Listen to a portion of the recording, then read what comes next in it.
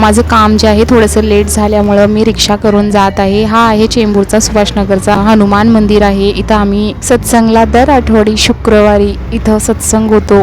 लहान मूल असल्यामुळे खूप वेळ असायचा, म्हणून मी इथं बैजू माईजी म्हणून माईजी आहेत, बेंगॉली आहेत त्या, पण खूप छान सत्संग मराठीमधून सांगायच्या त्या आणि खूप प्रचंड आवडायचं, मुलांनाही घेऊन यायचे. तर मंडळी बघा, आता मी तुम्हाला दाखवत आहे गणेश तलावच्या पुढचा टर्निंग पॉईंट आहे, हा दाखवत आहे मी तुम्हाला. सकाळची घाई गडबड, परत रिक्षा पण जायचं म्हणल्यावर पुढे जंप आहे म्हटलं तर आधी छाती लटलट करायला लागते आणि त्यात सेक्युरिटी पण एवढं घाई गडबडीनं आल्यावर मलाच थांबवून ठेवली, आतमध्ये जाऊनच दिले नाही, बाहेरच थांबवले.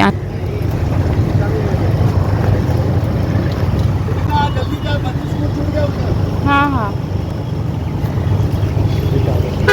आधीच उशीर झाला होता आणि त्यात मला थोडं सेक्युरिटी आतमध्ये जाऊन न दिल्यामुळे मला थोडंसं चालून जावं लागलं पुढं, कारण शाळा सुटण्याच्या अगोदरच थोडं स्कूलच्या बाहेर रिक्षा वगैरे सगळं आतमध्ये जाणं बंद ठेवतात, कारण लहान मुलं असल्यामुळं खूप काळजी घेतली जाते.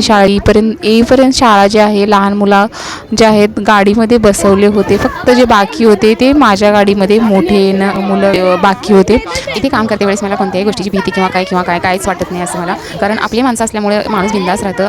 तर मंडळी, आज सकाळी जाताना एक दृश्य बघितलं आणि त्याच्यावरच एवढा मनाला झटका लागला आणि खूप वाईट वाटलं, कारण एक कचरा वेचणारा माणूस होता, रोडवर जात होता आणि त्याला पोलीसच्या गाडीनेच ठोकली आणि पोलीसची गाडी ठोकल्यामुळं काही तेच आहेत सगळं करणारे, तर त्यांनी पटापट आणलं आणि उचलून त्याला घेऊन गेलं. ते अगदी माझ्या गाडीच्या समोरच झालेलं होतं.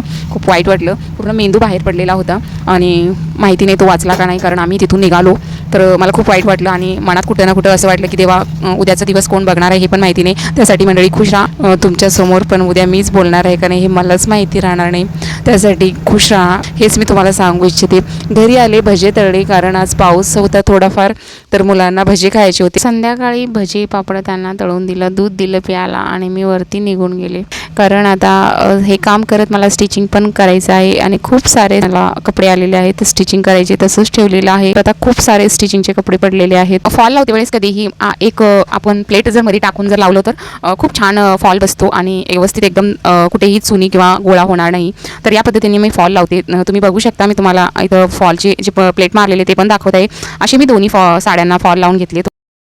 खूप छान फॉल बसतो आणि व्यवस्थित एकदम कुठेही चुनी किंवा गोळा होणार नाही. तर या पद्धतीने मी फॉल लावते. तुम्ही बघू शकता, मी तुम्हाला इथं फॉलचे जे प्लेट मारलेले ते पण दाखवत आहे. अशी मी दोन्ही साड्यांना फॉल लावून घेते. ही चून वगैरे दिसत नाही, तुम्ही बघू शकता एकदम परफेक्ट लागलेली आहे फॉल. या साड्यांना अजून बिडिंग करणं बाकी आहे. हा होता आजचा व्हिडिओ आवडला तर नक्की लाईक, शेअर, सबस्क्राईब